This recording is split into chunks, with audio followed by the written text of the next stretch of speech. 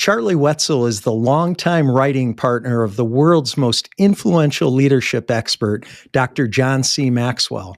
Charlie has been John's writing partner for more than 30 years, and they've worked together on 120 books. Their incredibly successful collaboration has reached 36 million people and produced 6 New York Times bestsellers. In addition to his work with John Maxwell, Charlie's other writing endeavors include the screenplay for the Crystal Heart award-winning short film The Candy Shop, the Marvel Studios story, and a novella entitled A Christmas Wish. Charlie also enjoys teaching and coaching writers. He offers the online course, Answer the Call, Developing the Writer Within You, to teach emerging authors how to write a book. Charlie and I met and have gotten to know each other through our mutual friend, John Maxwell, and it's an honor to have him on the show today. Welcome, Charlie, and thanks for joining us on Life Excellence. Hey, thank you, Brian. Thank you for having me. Charlie, I'm super excited, obviously, to learn about your writing career and your longtime partnership with John Maxwell. But interestingly, your career actually started out not as a writer, but as a restaurant chef. And I just wanted to ask you about that real quick before we get into the writing stuff. You grew up in New Orleans, which, of course, is one of the culinary meccas of the world. How did your passion for cooking develop? And how does it continue to influence your life today? Because I know it's a big hobby for you, even though it's no longer your profession. Well, it's funny. I didn't really understand the importance of food and cooking in my life until my oldest sister, who's 15 years older than me, told me when I was 18, she just said, hey, you're really good with food and flavors, and you could probably go to culinary school to become a chef. And if you do, you can come back and teach us stuff. Well, it had never occurred to me that cooking could be a pathway for me. But it really shifted me into gear. And cooking became my obsession for about the next 5 years. I started collecting cookbooks. I read the food section in the Times-Picayune, the local paper in New Orleans. I read Bon Appetit. I read Food and Wine. And I experimented in the kitchen every single day. And it just became more and more of a thing for me. When I was in college as an undergrad, I was torn between, do I want to study English and maybe become an English teacher, or do I want to work as a restaurant chef? And I bounced back and forth between those things, got my bachelor's degree in English, went into the restaurants, bumped back to graduate school, got my master's in English, and then I just dove into the whole restaurant thing and worked my way up. My first job in the restaurant business was as a dishwasher when I was 17. And I bussed tables, I waited tables, I worked as a prep cook, became a line cook, and then a chef in New Orleans took me under his wing for 2 years. And that was really, I felt like, the finishing of my culinary education. So it still influences the way I think because I'm very pragmatic. There's a thing in the restaurant business about saving steps. I learned it as a waiter, but you do the same thing as a chef. And I'm constantly thinking in terms of, how can I make this in one trip? How can I be efficient? That sort of thing. And I guess my brain is wired that way. And the other thing is, a good chef doesn't waste anything in the kitchen. The chef I worked for in New Orleans, the only thing that got thrown away were potato peels. And cucumber scraps. Everything else was used. Stuff went in the stock pot. We used everything. So I still have that mindset, and I still play in the kitchen even these days. Well, and you have a YouTube channel, right? That's a cooking channel. I do. Yeah, it's Becoming a Cook. So this discovery with food, the restaurant business is really, really hard.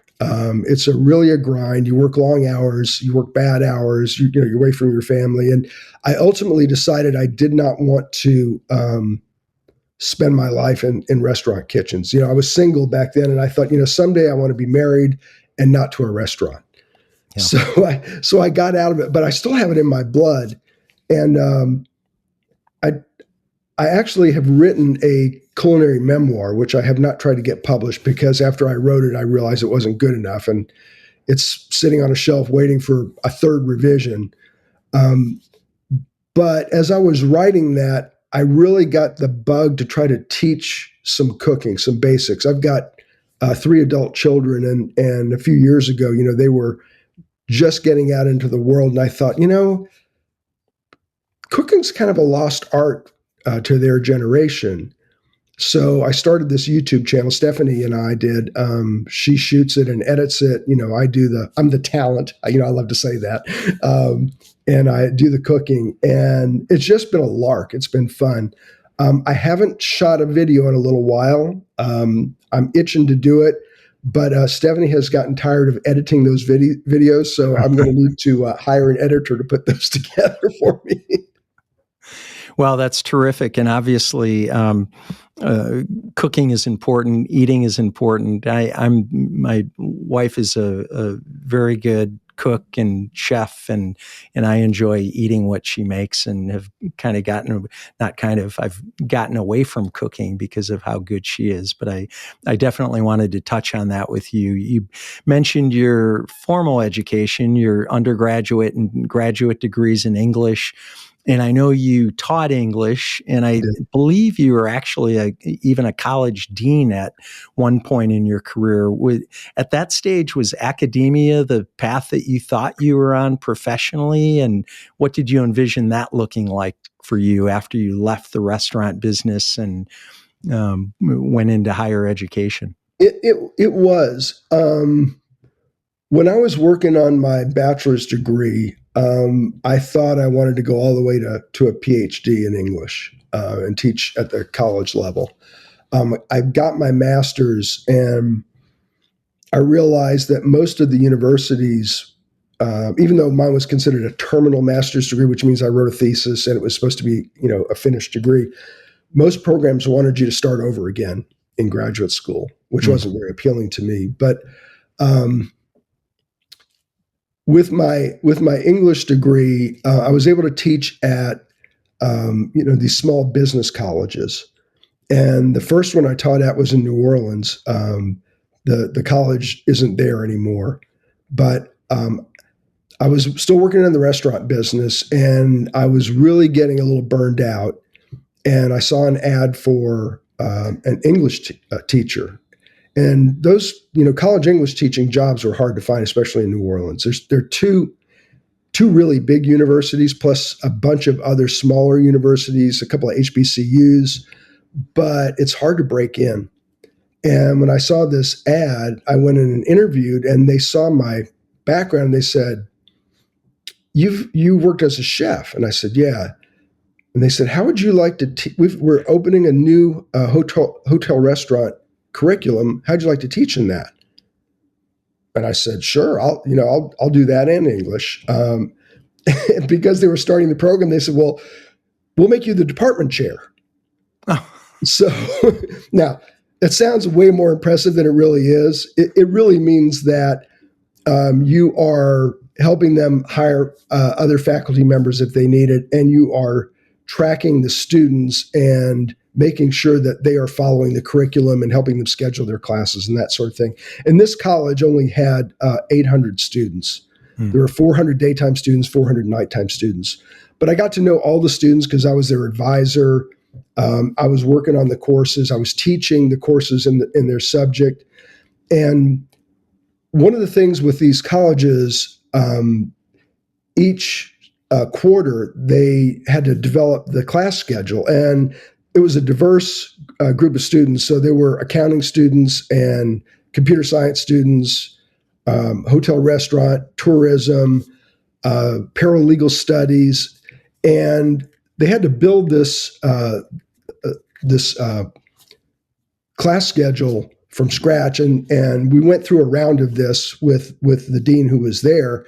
That dean got fired, and the new dean came in, and she brought all the department heads together to do this process. And it was really clear to me very quickly she didn't know how to do it. So after 2 meetings where nothing happened, I said, "Would you like me to facilitate, this She said, "Oh yeah, that'd be good." So I did that for both the day and the evening schedules.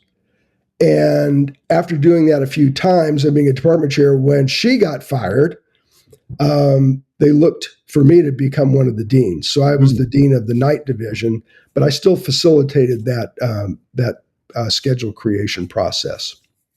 Oh, that's cool. And so you were in academia, and at what point did you meet John Maxwell? I've known John for a long time. I've known you for a while, and have certainly been aware of your writing partnership, but I haven't heard the story of how you two met and started working together. Well, I lived in San Diego, and I had just moved there, and my sister lives there. And she was going to a church, and my sister had not been to a church in 20, 25 years. And I thought, well, I'll go attend the church with her as an encouragement to her. And I grew up in a church of 35 people in attendance. There were 8 people in the choir, and 2 of those people could sing, and it was a pipe organ kind of a thing. Just a small little church. So I walk into this church, and it's got a 1,000-seat auditorium. Every seat is full. The first day I went, it had basically a full orchestra, and out onto the stage walks John Maxwell, whom I had never heard of. Mm-hmm. So I started attending that church, became a member of the church, got into leadership on a really, really low level, leading small groups and that sort of thing. Met my wife there. She and I got married, and she was the administrative assistant to the executive pastor. So when John Maxwell mentioned in a staff meeting that he was looking for a researcher, she told me, "Hey, John Maxwell's looking for a researcher." And I was a dean of a college in San Diego at this time. And I thought, well, I don't know if I'd like to sit in a library every day, but I love this church. It's the first time my faith made sense to me, being engaged in this process. And I thought I could probably work for John Maxwell. That could be interesting. So I applied for the job, and Stephanie and I weren't even married yet when I applied for the job. Months and months and months went by. And then, time went by. John saw me at a reception and said, "What are you doing these days?" And I said, "Well, I'm at the college, but I've given notice." He said, "Well, come make an appointment to come see me." And a few days later, he hired me. That's a great story. So that was Skyline Church. That was Skyline in 1994. And so what took you to San Diego was the dean position? Did you move for a new position in academia, or? No, sadly. I actually followed a woman to California, and by the time I got there, she had changed her mind. Oh.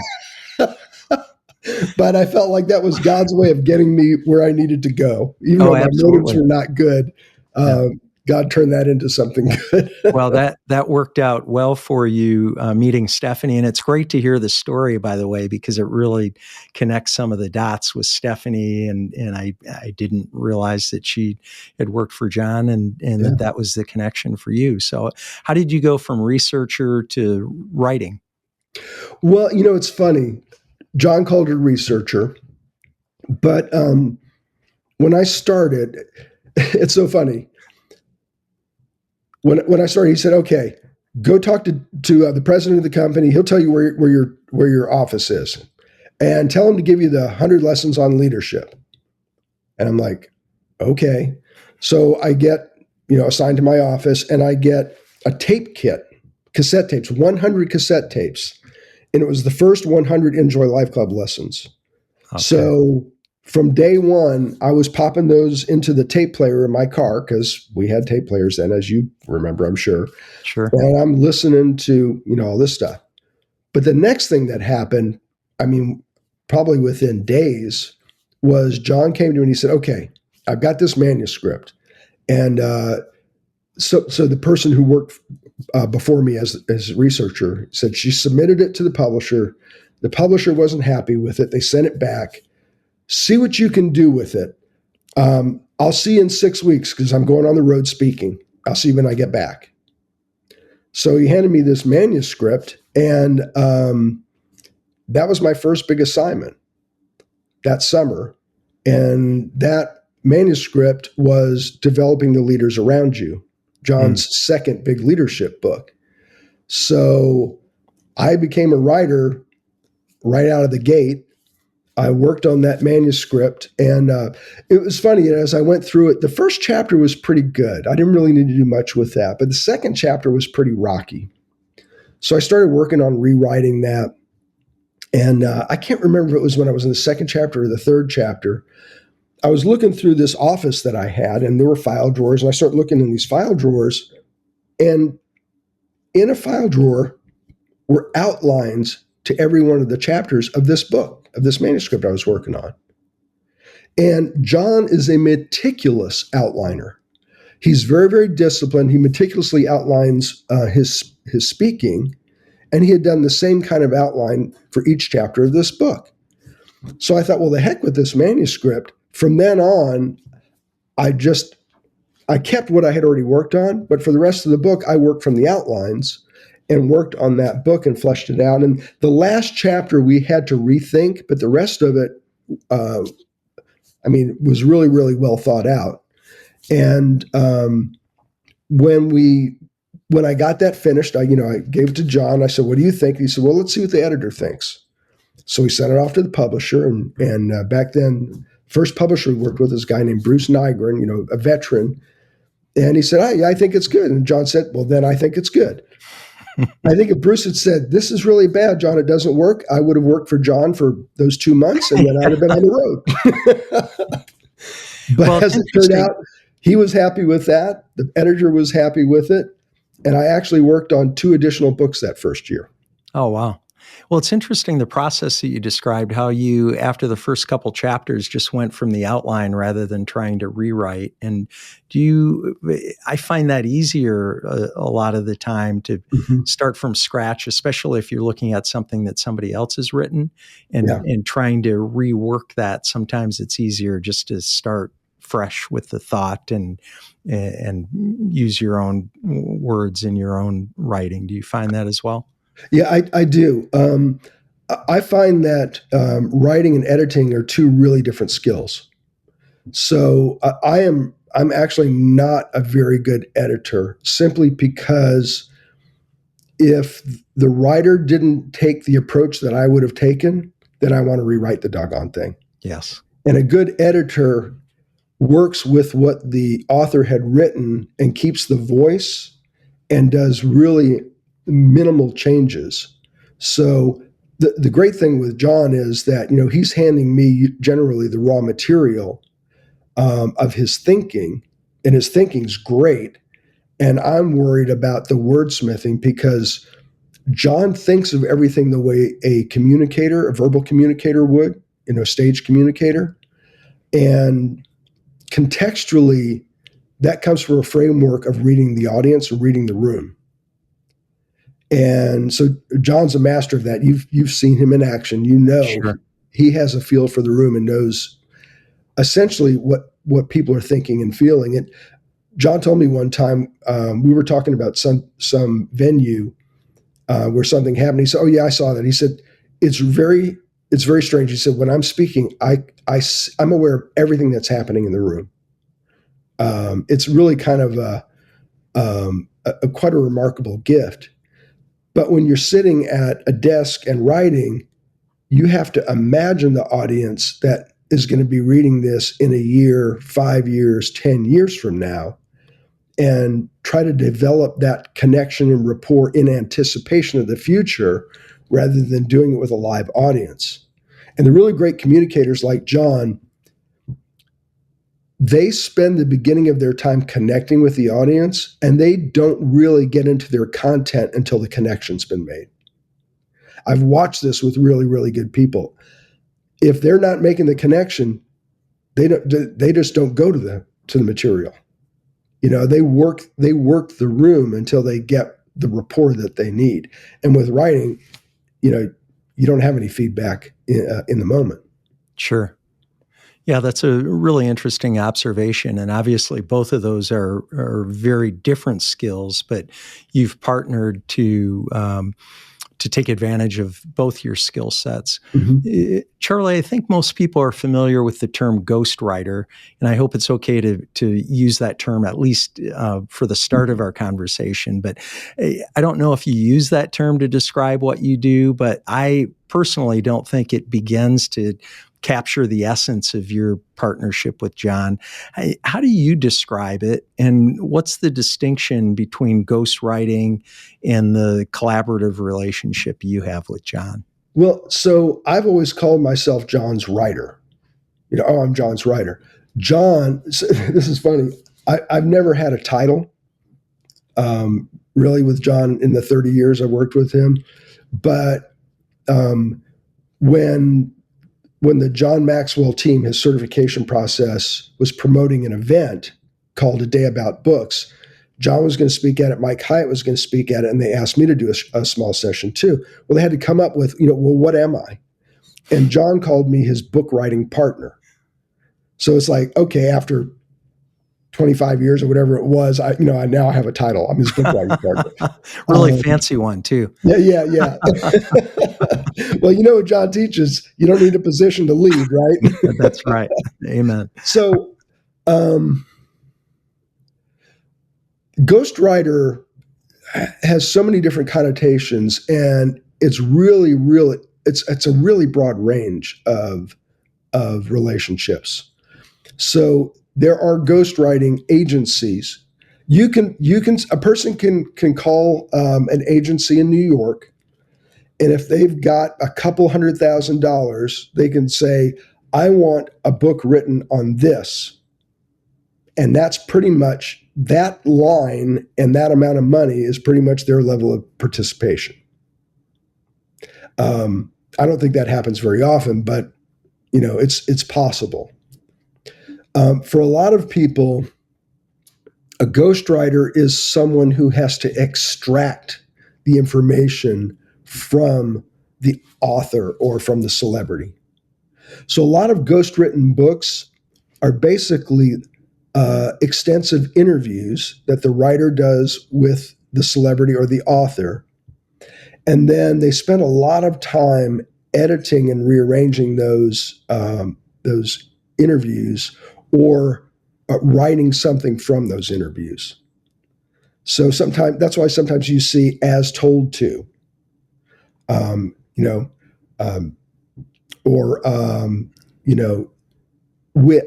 in the nomenclature of the industry, it's as told to, or with, or and are typically the different things.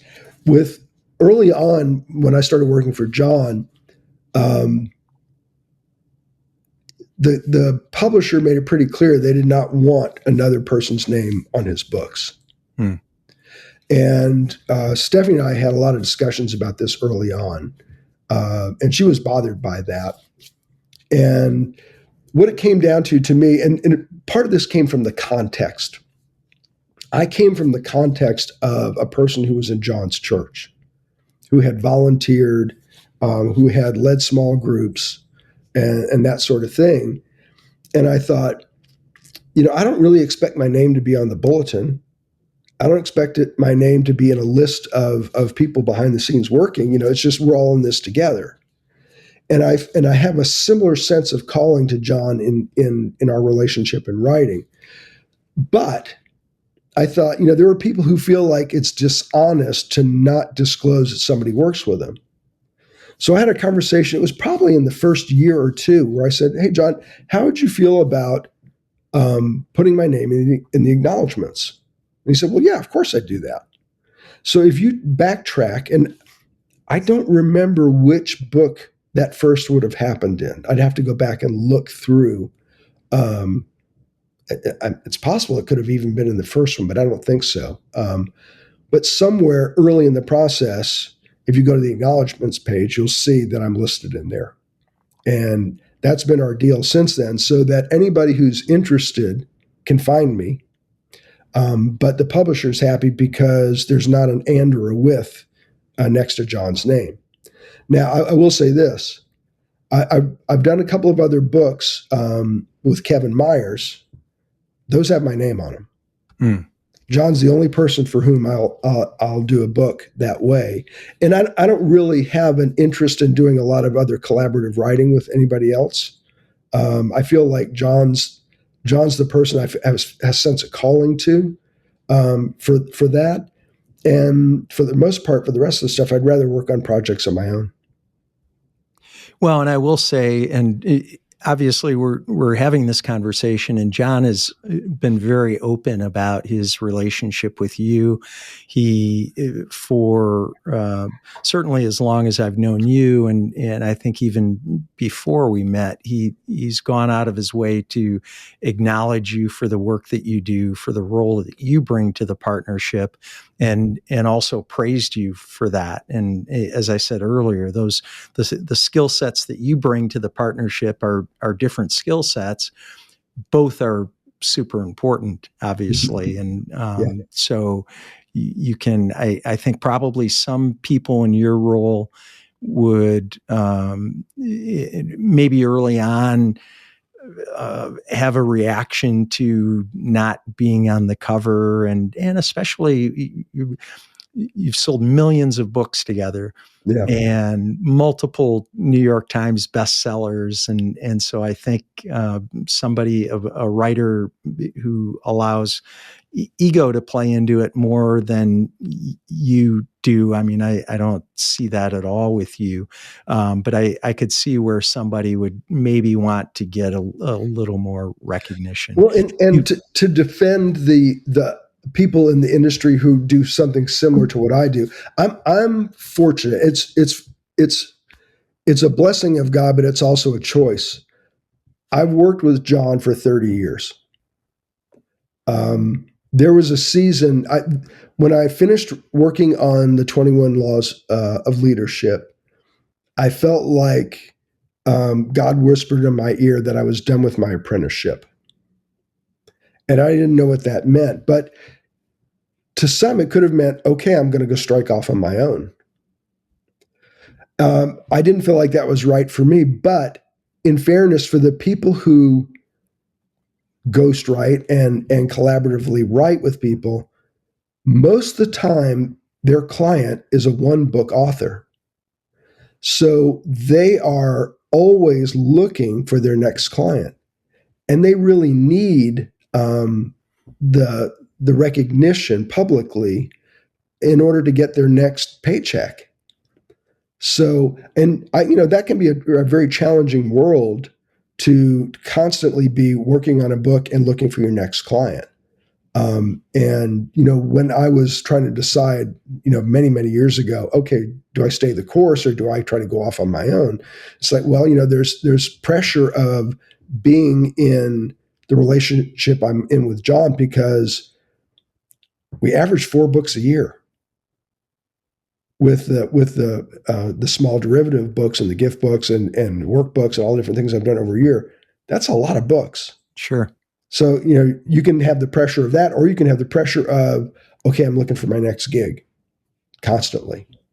So, there are people for whom it is an ego thing, but I think there are a lot of writers for whom it's a practical thing. Okay, I need people to know I'm out here because this is how I make my living, and I'm always looking for my next client. Yeah, that's a good point. Charlie, after writing so many books and doing it for so long, I'm guessing you have a cookie cutter process, so to speak, for your book projects. Can you share with us a little bit about what that looks like from, say, the original idea for a new book to research and content development and then through the actual writing of the book that you do? Sure. So with John, it's interesting. Sometimes he comes with just a concept. Sometimes he comes with a complete table of contents. It really depends. So with the 21 Laws, which I refer back to that because that's the book that really, I feel like we made our mark. It was John's first New York Times bestseller. I felt like it was the book where we kind of figured out our style, for the long haul. It's John's most popular book. It's sold the most of any of his other books. The concept for that book actually came from his editor at the time, Victor Oliver. There was a little book called the 22 Immutable Laws of Marketing, a little short paperback. And he said, I think you should do something like this on leadership. And John was intrigued by the idea. He pulled together a group of us, me and two other gentlemen who had worked on his staff at Skyline, good thinkers, good teachers. And we batted around what a law of leadership is. And everybody came with a list, and we worked on those. And we spent 6 months just deciding what the laws were, how many there were, and on the wording of the laws. So, we spend as much time on that part of it as we typically do on writing a whole book. Yeah. But if you look at the 15 Laws of Growth, I think John woke up with that outline, got up one morning and wrote that outline, the chapter titles. So, typically John has some kind of an idea starter with some kind of a list of ideas or concepts or chapter titles. And we work that for a long time. And this is something that I found in the stuff that I've done with clients. I mean, a lot of people talk to me about their books, even before I was doing any kind of coaching.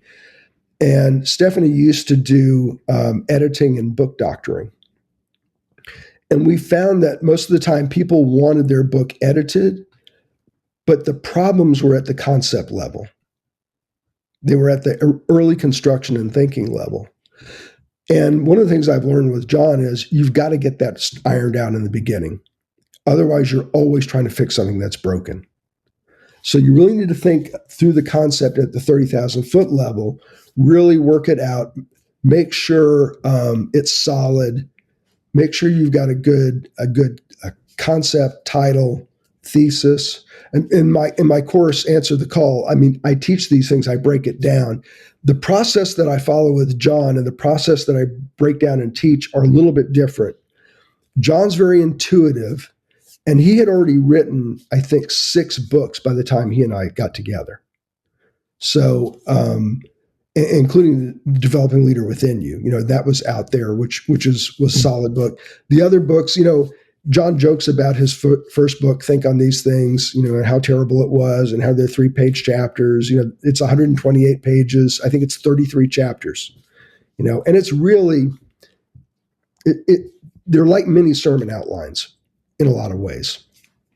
But John's very intuitive, and he is great with an outline, whether it is the contents page of a book or the outline of a chapter. So I get from him things that are really polished, well thought. And if John is working like 7 points in a chapter, when he really works them, they shine because he does a lot of wordplay, or he does a hook, or he has some kind of an entry point that really grabs people. When I'm working with clients who are not John's skill level, they need more of a roadmap. But it starts with a concept, really working that concept. You really got to, I mean, it even backs up to that. I challenge people to figure out what else is out in the marketplace, because if they want to publish something with a publisher, they're going to have to write a book proposal. And one of the things they're going to ask them is, okay, what else is out there, and why is your book better or different? Because for them, it's a business proposition. Sure. But I'm trying to get people to do that. I'm trying to get people to work on a really good title. People get fixated on a title that's not that good. And your title is your number one marketing piece. So you need to really work that. You need to figure out what your thesis is. You got to figure out what the promise is of your book. So all these different pieces, you figure these things out, and then you start working on your chapter outline. And I tell people to stay with that contents page outline for as long as they need to until it's really solid. Because you've probably done this too. You've read a book, you buy a book, it's a great concept, You read the first two chapters and you realize they don't have anything else. Everything else is filler. That maybe shouldn't have been a book. Maybe it should have been a podcast. Right. Maybe it should have been a keynote. Or an article. Or an article. Or an article. So they either need to go, okay, it's not a big enough idea, or, okay, let me really drill down and develop this idea so much that you want all 10 chapters. So it really a lot of the pre-work. On the research side, since you mentioned that, John has a young woman who does research for him. I do a lot of research. Stephanie in the past has done research. My book, The Marvel Studio Story, was all research. I think I've got like 450 citations in the back of that. Wow. And with that, because that's a chronological book, it tells the story. With that, I started out building a timeline from the very first days of before Marvel Comics existed, with the guy who started the company back in the pulp magazine days, all the way through to the movies, and had all my references and stuff in that to build that timeline. With most books, that's a really cumbersome process, by the way, if you're doing something that's a big story, that's covering 90 or 100 years. That was almost like history of the world. That would be a pretty voluminous project, right? Long timeline. But if you can build your chapter, if you've got your concept, you know what your thesis is, so you know where you're trying to go, you know what the promise is, so you know what you're trying to deliver to your readers, and you come up with a killer title. If you can build your contents outline, then you've got a roadmap. And then from there, you approach each chapter almost the way you did the contents page. So you're building the chapter as a standalone entity within the context of that bigger picture. So that's really the methodology. And then you get into the writing process, you got to embrace the grind. Because for me, writing is a grind. I almost didn't get my master's degree because I didn't want to write my thesis. I did my coursework in 3 semesters. I took 5 years to finish my thesis. Wow. Because writing was hard for me and I didn't like it. So you really have to go, okay, I'm going to sit in the chair, and that's my superpower, is staying in the chair. This is my office that I'm talking from, back at my desk there. I stay in the chair and I embrace the grind. So I'm there every day and I'm like, okay, let me get some more words down. And for some people, that's the hardest part, staying with it, because it can be a lonely thing. It can be a tedious thing. And early on for me, it was a challenging thing. Well, and it's such a basic part of the craft, right? I know a few very prolific authors, guys like John and Brian Tracy, people who have written not one book or 2 books, but lots of books. Mm-hmm. Stephen King, in his book on writing, writes about this. When invariably, when a prolific writer or author is asked, they have people coming up to them all the time and they say, I want to write a book. What do I do? And the answer is always the same. You write. Mm-hmm. And it's not the answer that they want to hear, right? They want a red pill to take or blue pill or something that will expedite the process, or they wave a magic wand, but it really does come down to that. You call it the grind, but really just sitting down and writing. But everything else that you talked about was very helpful, and I appreciate you sharing that. I think for people listening to this podcast or watching the show on YouTube, especially who are thinking about writing a book or in the process of writing the book, that's a really sound structure for getting from idea to not all the way through the publishing process, but certainly from idea to a finished manuscript. Yeah. And Charlie, and you're right. I mean, it is if you don't embrace the grind, you won't finish the book. But if you don't do the pre-work and the planning, I like to, I really describe it as getting lost in the wilderness. So I picture getting the idea for the book as getting a glimpse of the mountaintop. You see the mountain in the distance and you go, oh, that's it. That's what I want to do. But you have to travel to get there. Most people have to go through the wilderness to get to the mountain, and that's where they get lost. And that's in that planning process. We had a client who decided that she took a master's course, discovered she liked writing, decided to write a book. And she spent 2 years writing her book. And then she asked Stephanie and me to take a look at it. And she was a friend, so I don't do that. I don't look at people's manuscripts anymore, generally because I find it frustrating. But she gave us a manuscript, and her concept set up different expectations from what her book delivered. And her book felt like two different concepts that had been mashed together and didn't really work. So I felt really bad telling her that, but it was the truth. And we spent a day with her helping her re-ideate her book. And she went back and she had to rewrite it. But if she had come to me on the front end, it would have saved her a year. Because she just leapt into the writing process, and because she's highly disciplined. She's a marathon runner, has run in all the major marathons. Highly disciplined, she got it done. But it wasn't the book she wanted it to be. Now, the good news is she's already rewritten the whole thing. And she's getting ready to submit it to publishers because she's got that discipline. So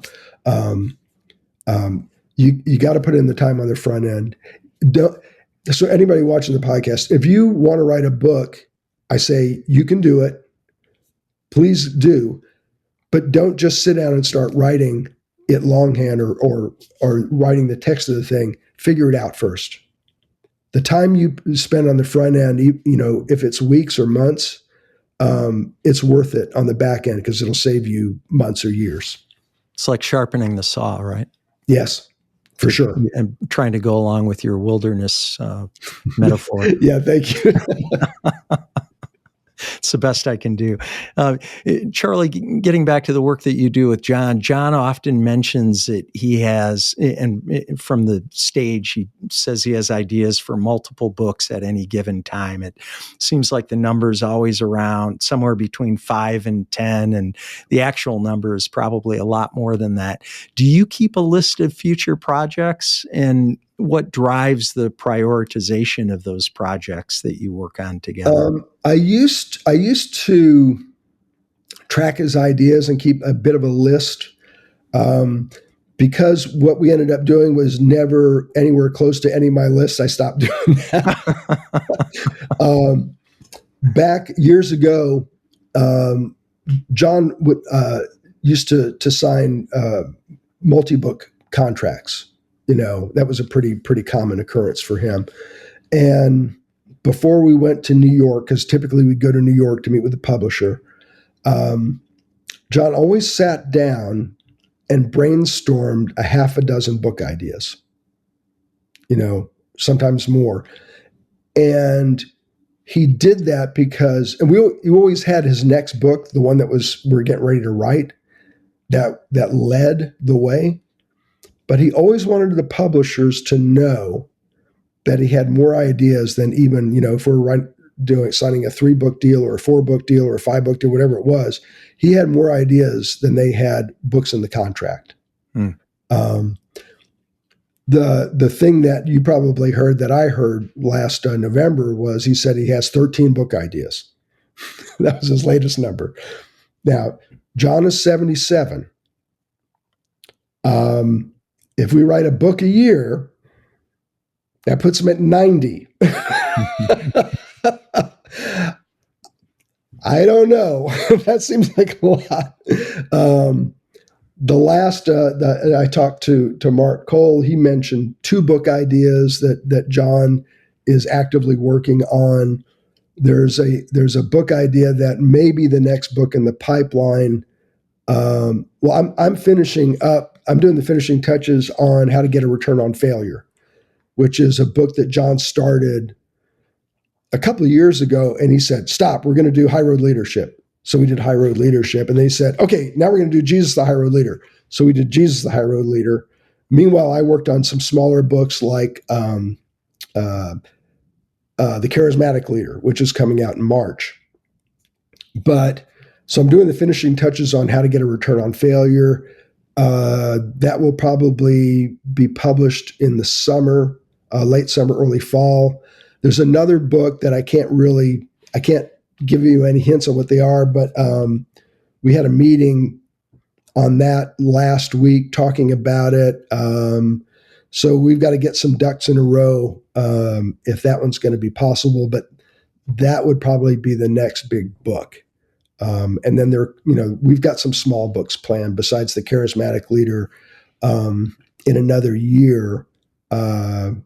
Probably in the spring will be The Resilient Leader.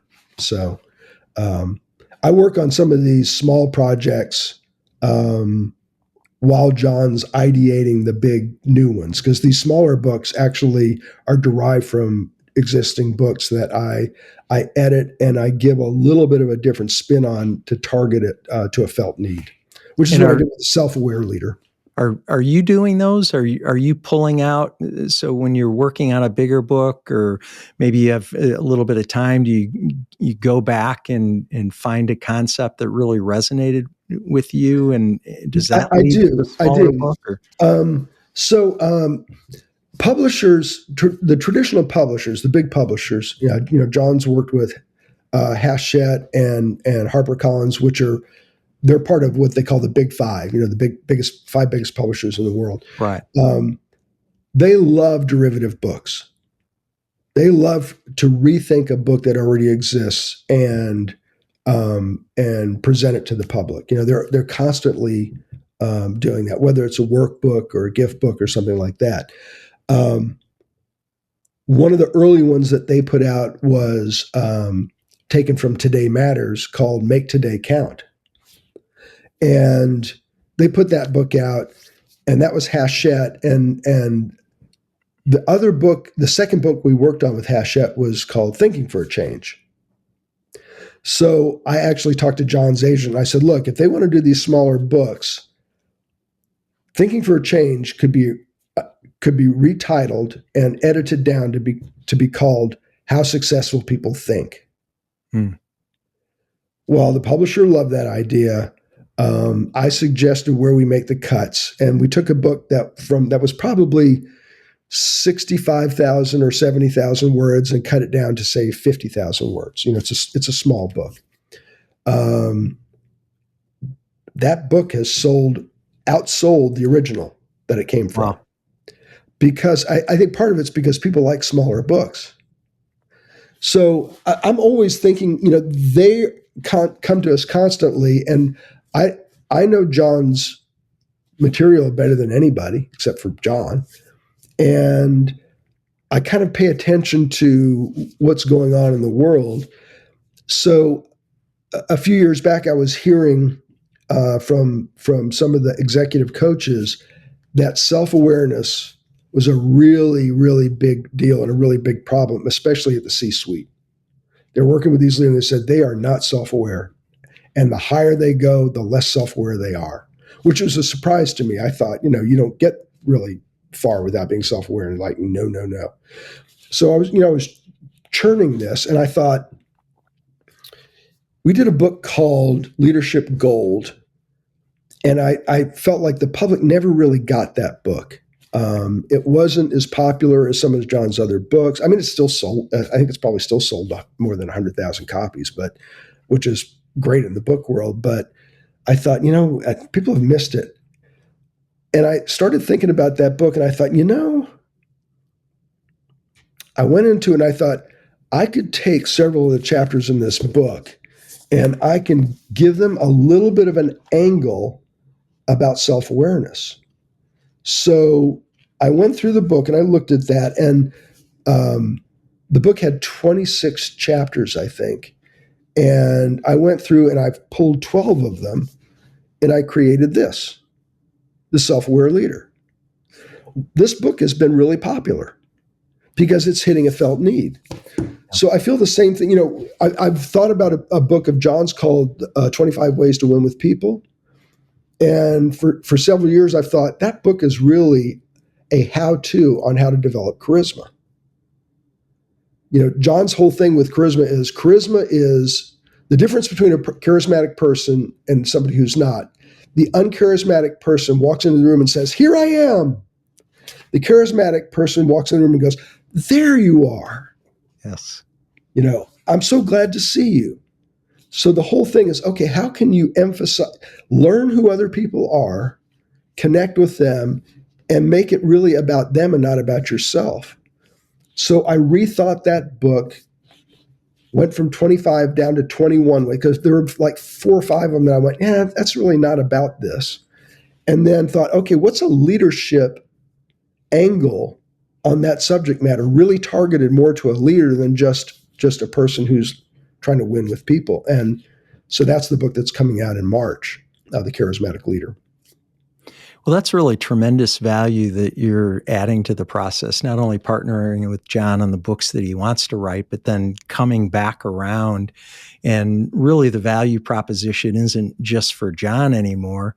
And it's not just for the readers of the original book. It's for maybe a new audience that didn't get a chance to read Leadership Gold, and they see another a different related book. And what that shows too is how important title is, because Leadership Gold is we know it's about leadership. Gold is something that's valuable, so we know it's there's some value around leadership. But when you took that and then created another book from that, it was a much more specific niche book that I think really spoke to at least a segment of the target market for the original Leadership Gold book. It's interesting. When John comes up with an idea for a book, sometimes the idea comes from something that connected with people when he speaks, like how to get a return on failure. He used that phrase, the room lit up, and he thought, I need to write that as a book. So that was, an impetus for him. But there are a lot of times he has a concept that comes out of his own experience and his heart for change and growth and helping people. But it's really driven by his vision. These other little books, as you said, they're really driven more by the felt needs of people out there who are experiencing different things. And it's I try to make these things as accessible as possible. It's like the 101 series, Leadership 101, Attitude 101, Self-Awareness 101, or not Self-Awareness, Personal Growth 101. I can't remember. I think we ended up doing 8 of them. I thought, okay, it's a small book, a quick read. Somebody could pick it up in an airport and read it on a flight. Or, if they wanted to, they could read a chapter before they go to bed, or a chapter in the morning. And it's really an light, easy read. And we're really distilling it down to the principles to make it highly accessible and highly digestible and pretty fast.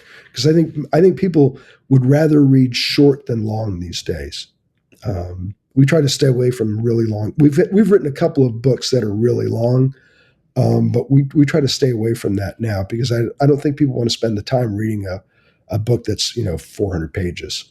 Well, I think you're right about that. And if you offer both, then you can hit both segments, because there are, as you know, there are people who will consume everything they find that John has written or that you've written and has John's name on it, and whether those are longer books or shorter books. But you're right. We're busy today. We're absorbed in lots of things. We're pulled in many different directions. And so if we can find something that's easier to digest, maybe on a flight or a weekend away, and we can read a book fairly quickly and benefit from it, then I think there's certainly a place for that on on bookshelves and in bookstores. Charlie, you've been fortunate to be in close proximity to someone who has invested most of his adult life studying leadership, John Maxwell. What are the biggest lessons you've learned about leadership, or maybe even more general life lessons that you've learned in your 3 decades working with John? Well, I certainly have learned that anybody can learn to lead better. I do not consider myself to be a natural leader. My early days in the restaurant business, when I was a chef and I had to start leading people, I was horrible. I did not like asking other people to do things. So typically I either did them myself or I barked orders because I was uncomfortable. And there are people I worked with in the restaurant business that if I could find them today, I would apologize because I was really pretty awful. It wasn't until I was the dean of the college that I really started to learn how to lead people. That's where I did my first hiring, understood that really my role was to make their job easier. Because I had been a teacher and it's so funny. I hated administrative work as a teacher, despised it. And then I became the dean and I thought my job is to do administrative work so they don't have to. And I actually embraced it and liked it when it was my job and not, an annoyance to me as a teacher. But when I went to Skyline, I learned to lead in the church and took that back into the business world and the education world and applied it. So I became more aware of the landscape. Leadership became a value. I had no natural interest in learning leadership. I wanted to be more efficient. I wanted to be more professional. I'm really a person who focuses on his craft. That was true when I was a cook. It's true as a writer. I feel like that's where I can do it. So when, the first time I heard John say everything rises and falls on leadership, my initial reaction was, well, not everything. Come on, everything doesn't rise and fall on leadership. So, and then, it was like, well, why would I even want to lead? Okay, well, I've learned to lead. So certainly that's a huge thing. And I'm not only not only have I learned to lead, but I can lead, and in the right situation, I do. I don't feel the need to. If something is well led, I am happy to follow. If something is poorly led, it drives me absolutely insane, and I want to take over. It's one of those things. But I don't feel or someone to take over, and you sort of look around and there's nobody there, and so you step into that. Certainly, you have the skill set at this point to lead. I feel like mine. So I see my best skill set in the leadership lane is strategic thinking. I'm not naturally a people person, and that deficit is why I started off as just a terrible leader. It's taken me years to develop people skills. I actually sold cars for almost a year. That's where I learned to relate to people. That's where I learned to ask questions. And it really changed who I was. It was a job I hated in a difficult time in my life. It was after I moved to California and my life kind of fell apart. I sold cars for almost a year. But I developed so many skills. It's maybe the most valuable job I had in my life because of what it taught me. If I had not done that for that year, I never would have worked for John because I wouldn't have been competent enough in my people skills for that. And then the dean of the second college I was at, I was applying all the leadership skills I was learning at church in that job and became a better leader than the people who were leading me. Because I had the skill set being taught, not directly by John most of the time. It was by the people John taught.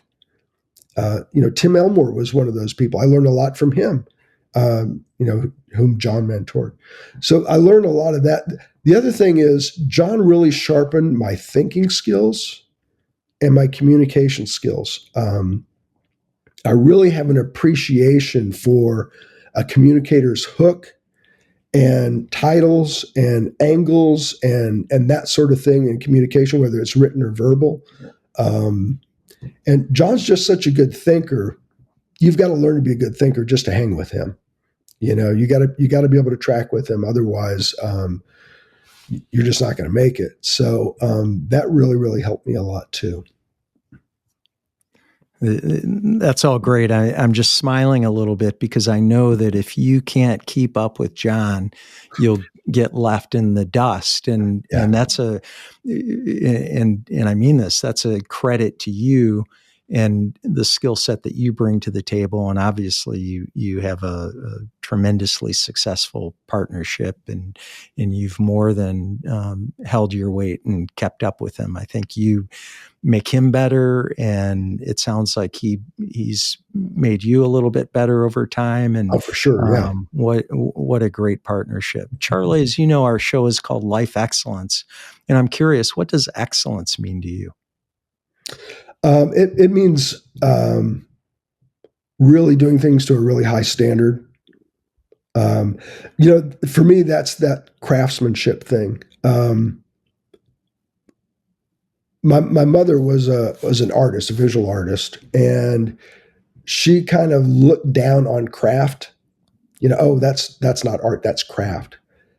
To me, craftsmanship is really the high standard that I try to shoot for. I don't consider myself an artist. I think there are writers out there who are artists. I think the best that I can do is hone my craft and do it to the absolute highest standard that I'm capable of.